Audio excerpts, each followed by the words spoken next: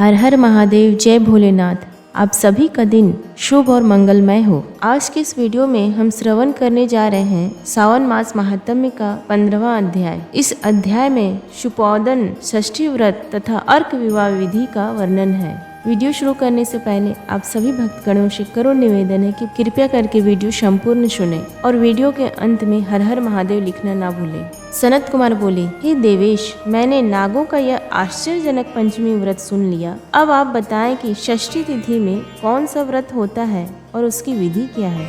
ईश्वर बोले, हे विपेंद्र, श्रावण मास के शुक्ल पक्ष में षष्ठी तिथि को महामृत्यु का नाश करने वाले शुपोदन नामक शुभ व्रत को करना चाहिए। शिवालय में अथवा घर में ही प्रयत्न पूर्वक शिव का पूजन करके शुपोदन का नैवेद्य उन्हें विधि पूर्वक अर्पण करना चाहिए। इस व्रत के साधन में आम्र का लवण मिलाकर शाक और अनेकों पदार्थों के नैवेद्य अर्पित करें। साथ ही ब्राह्मण को वायन प्रदान करें। जो इस विधि से व्रत करता है उसे अनंत पुण्य फल मिलता है। इस प्रकरण में लोग एक प्राचीन कहानी सुनाते हैं जो इस प्रकार से है। प्राचीन समय में रोहित नाम का एक राजा था। काफी समय बीतने के बाद भी उसे पुत्र रत्न की प्राप्ति नहीं हुई। तब पुत्र की अभिलाषा में उस राजा ने अत्यंत कठोर तप किया। ब्रह्मा जी ने राजा से कहा, तुम्हारे प्रारब्ध में पुत्र नहीं है। तब भी पुत्र की लालसा में वह राजा अपनी तपस्या से जरा भी विचलित नहीं हुआ था। इसके बाद राजा तपस्या करते करते संकटग्रस्त हो गए।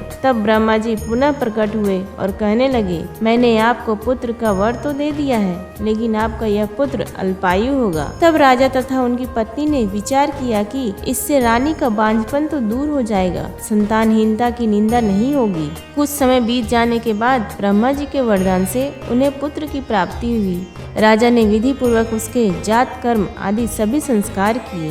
दक्षिणा नाम वाली उस रानी व राजा ने अपने पुत्र का नाम शिवदत्त रखा।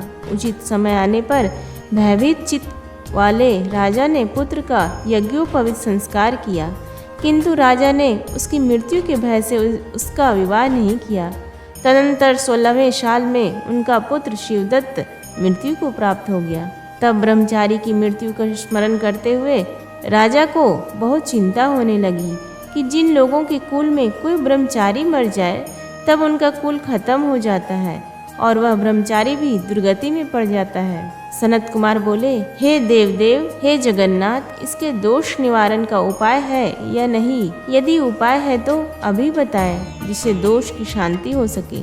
ईश्वर बोले, यदि कोई स्नातक अथवा ब्रह्मचारी मर जाए तो तर्क विधि से उसका विवाह कर देना चाहिए। इसके बाद उन दोनों ब्रह्मचारी तथा आग को परस्पर संयुक्त कर देना चाहिए। अब अर्क विवाह की विधि कहते हैं। मृतक का गोत्र, नाम आदि लेकर देश काल का उच्चारण करके कर्ता कहे कि मैं मृत ब्रह्मचारी के दोष निवारण हेतु वैसर्गिक व्रत करता हूँ। सर्वप्रथम सुवर्ण से अभ्युदय करके अग्नि स्थापन कर आघार होम करके चारों व्याहतियों ओम भू, ओम भुवा, ओम स्व, ओम महा से हवन करना चाहिए। इसके बाद व्रत अनुष्ठान के उत्तम फल के निमित्त व्रतपति अग्नि के संपादनार्थ विश्व देवों के लिए घृत की आहुति डालें। उसके बाद स्विष्टकृत होम करके अवशिष्ट होम संपन्न करें। पुनः देश काल का उच्चारण करके इस प्रकार बोले, मैं अर्क विवाह करूंगा। उसके बाद सुवर्ण से अभ्युदय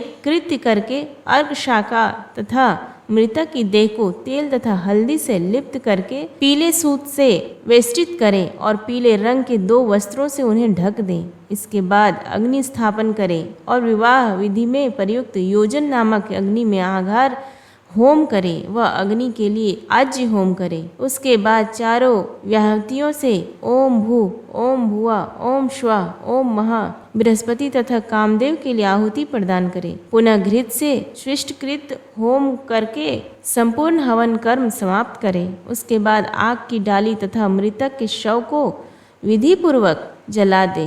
मृतक अथवा म्रियमाण के निमित्त 6 वर्ष तक इस व्रत का अनुष्ठान करना चाहिए।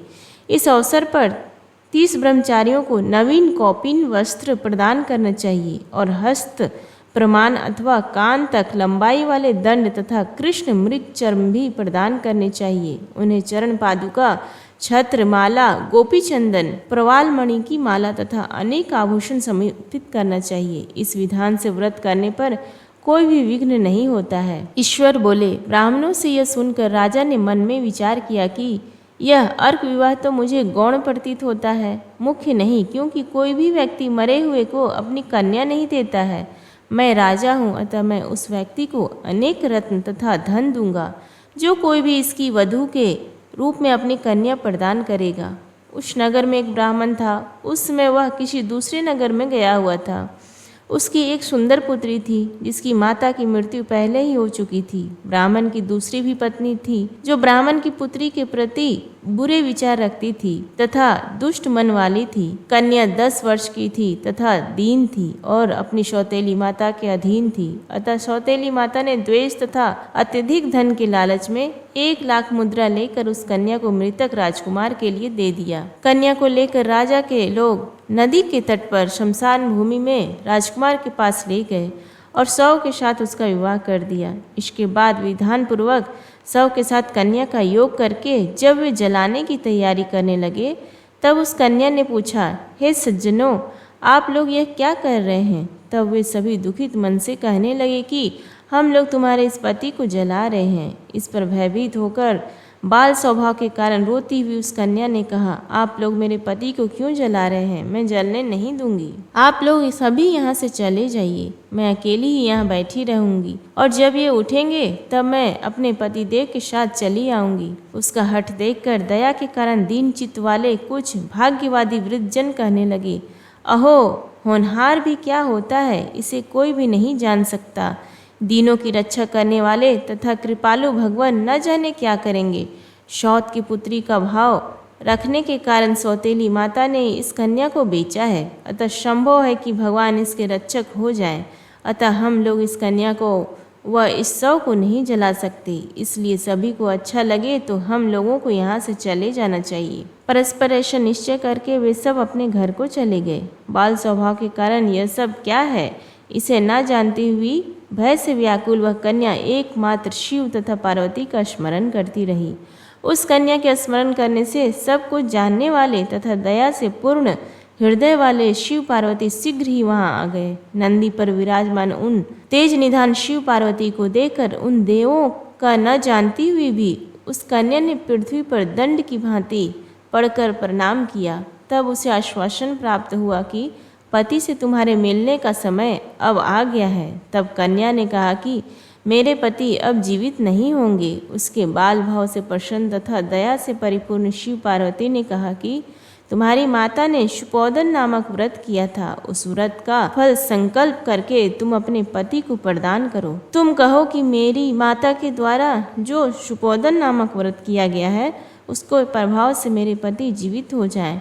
तब कन्या ने वैसा ही किया और उसके परिणाम स्वरूप शिवदत्त जीवित उठ खड़ा हो गया। उस कन्या को व्रत का उपदेश देकर शिव तथा पार्वती अंतर्ध्यान हो गए। तब शिवदत्त ने उस कन्या से पूछा, तुम कौन हो और मैं यहाँ कैसे आ गया हूँ? तब उस कन्या ने उसे वृत्तांत सुनाया और रात हो गई। प्रातः होने पर नदी के तट पर गए लोगों ने राजा को वापस आकर कहा कि हे राजन, आपका पुत्र व पुत्रवधू नदी के तट पर स्थित है। विश्वस्त लोगों से यह बात सुनकर राजा बहुत खुश हुआ। वह हर्ष भेरी बजवाते हुए नदी के तट पर गया। सभी लोग प्रसन्न होकर राजा की प्रशंसा करने लगे। वह बोले, हे राजन, मृत्यु के घर गया हुआ आपका पुत्र पुनः लौट आया है। इस पर राजा पुत्र वधू की प्रशंसा करने लगे और बोले कि लोग मेरी प्रशंसा क्यों कर रहे हैं? प्रशंसा के योग्य तो यह वधू है। मैं तो भाग्यहीन तथा अधम हूँ। धन और सौभाग्यशालिनी तो यह पुत्र वधू है, क्योंकि इसी के पुण्य प्रभाव से मेरा पुत्र जीवित हुआ है। इस प्रकार अपनी पुत्र वधू की प्रशंसा करके राजा ने दान तथा सम्मान के साथ श्रेष्ठ ब्राह्मणों का पूजन किया और ग्राम से बाहर ले जाए गए मृत व्यक्ति के पुनः ग्राम में प्रवेश कराने से संबंधित शांति की विधि को ब्राह्मणों के निर्देश पर विधि पूर्वक संपन्न किया। हे वत्स, इस प्रकार मैंने आपसे यह सुपोदन नामक व्रत कहा। इसे 5 वर्ष तक करने के अनंतर उद्यापन करना चाहिए। पार्वती तथा शिव की प्रतिमा का प्रतिदिन पूजन करना चाहिए और प्रातःकाल आम के पल्लवों के साथ चरु का होम करना चाहिए। साथ ही नैवेद्य तथा वायन अर्पित करना चाहिए। मनुष्य यदि व्रत की बताई गई इस विधि के अनुसार आचरण करे तो वह दीर्घजीवी पुत्र प्राप्त कर मृत्यु के बाद शिवलोक को जाता है। इस प्रकार श्री स्कंद पुराण के अंतर्गत ईश्वर सनत कुमार संवाद में श्रावण मास महात्म्य में शुपोदन षष्ठी व्रत कथन नामक 15वां अध्याय संपूर्ण हुआ। प्रेम से बोलिए भगवान शिव शंकर की जय। धन्यवाद।